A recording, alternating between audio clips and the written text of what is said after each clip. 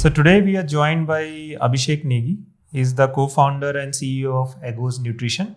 He is a graduate of IIT Kharagpur, and before starting EGGOZ, he worked with Vodafone and also built a travel startup, Roder. In 2017, Abhishek, along with Aditya Singh and Uttam Kumar, started EGGOZ with a simple idea to make eggs fresher, cleaner, and more trustworthy for consumers, while also supporting farmers. So 2-3 questions come to my mind. One is, this institutional lineage, right? Do you think it's important or does it matter?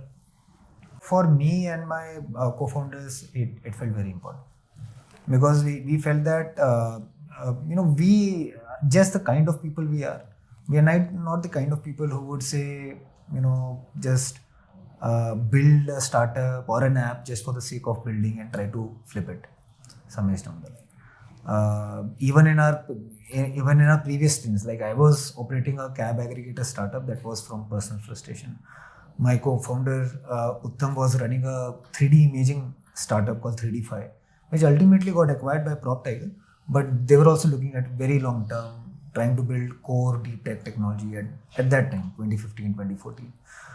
So we are just the kind of people who felt that, if you have to build business and companies, then, those businesses should go on for long. And today, when we see the entire, you can say the Nifty 50 or the big industrial houses like Reliance, Adani, Birla, Tata, all of them, it has taken generations for them to build. And it is not like that the founders are still running them. Right? It is because that they have built such structure, they have built that governance and that kind of, you can say the architecture of the business, that the businesses are able to continue for generations. That interested us a lot. That, obviously there should be a time where, where the company should move on its own, where we cater to customers and there are team members who are running the company. And, if it can go for 100 years, 200 years, that is the best outcome we can have. Mm-hmm. That comes down to culture, right? What kind of culture you're able to build. And do founders need to be always obsessed with the problems which they are facing in their life? Because both of your startups came from very personal experience, right? Yeah. And sometimes founders say, oh, it's a good thing. And sometimes people also say, oh, it's not necessarily your personal experience. Right. It could be a problem which you're observing around you, but maybe not with you. I would say that if the problem is really meaningful enough that you end up being obsessed with it, but not get blinded by it, then why not, right? If you don't get obsessed with it, then it won't solve, because obviously the problem is there because no one else has solved it. Right. So, I think especially in the early days, and I would say even at our stage, or I would even say that even for founders and entrepreneurs who are senior to us and who are running even bigger companies, I think the obsession is one of the core traits, one of the core skill set, which has to be there. But obviously with more experience, you get to understand, how much you need to push, when and where. So that comes with experience. Obviously, it is very nuanced and linked to a very specific scenario. But I think without obsession, nothing no new innovation can be built. Right. And then, like you mentioned, you also need to apply the business sense to it. Yeah. Right. So you have a problem, and then you also think about the addressable market. You also think about go-to-market, etc., etc. Some business sense has to be applied, right? And this constant obsession, right? Does it have to be natural, or is it something, a person's nature, etc.? Or do you think it's more, it's easier for engineering minds because you're problem solving? First, you get into, let's say, studying maths, physics. So that obsession with problem solving, I think that's also there, right? That helps, I guess. Or that gets built into your habits? See, I cannot say exactly for engineering background. However, statistically, we can definitely see that there are many more engineers who are starting up. Right. But I also know of many entrepreneurs who come from commerce background, who come from arts background or other background. And these are very fantastic entrepreneurs, have built great enterprises with their resources.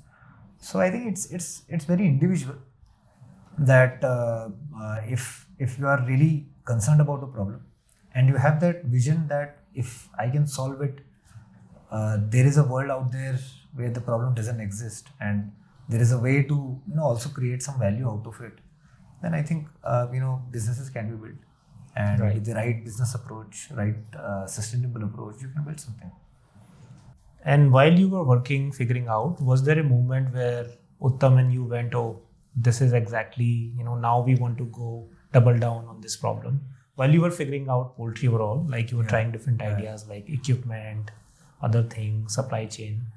So how did you figure out, okay, was there a incident or a moment where you remember going, no, this is what we're going to do? Yeah. Incident was this, when we saw that, so we used to frequently visit Bihar Sharif Monday every morning because we were doing various other projects in agri, and there we saw that on a daily basis 3 to 4 trucks of eggs get unloaded in that small mandi where population would be 15-20 lakhs in that sit town, and obviously it is being distributed to nearby villages also, but 3 to 4 trucks eggs mean close to 10 lakh eggs on a daily basis, and all of them are coming from outside.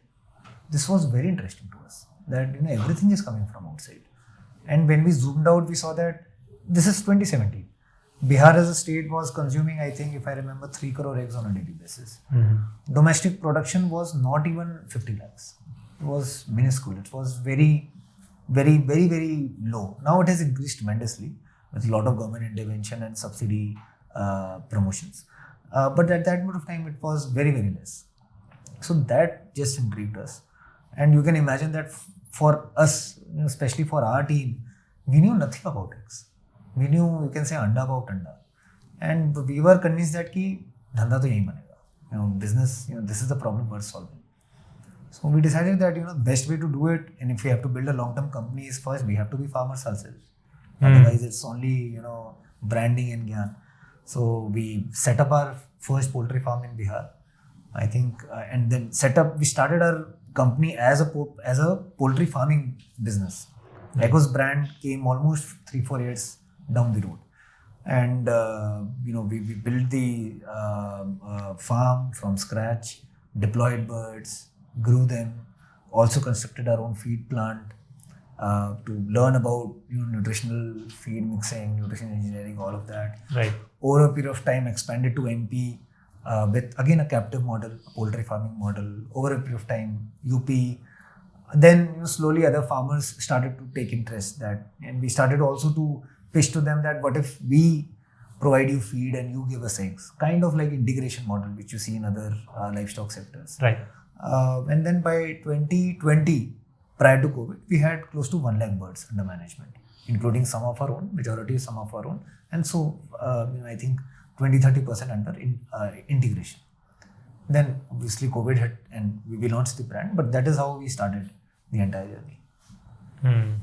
And that was for 3 years? Yeah, almost 3 years, yes. And then you were not selling direct to consumer? No. You were only selling? We were trading these eggs in wholesale. Right.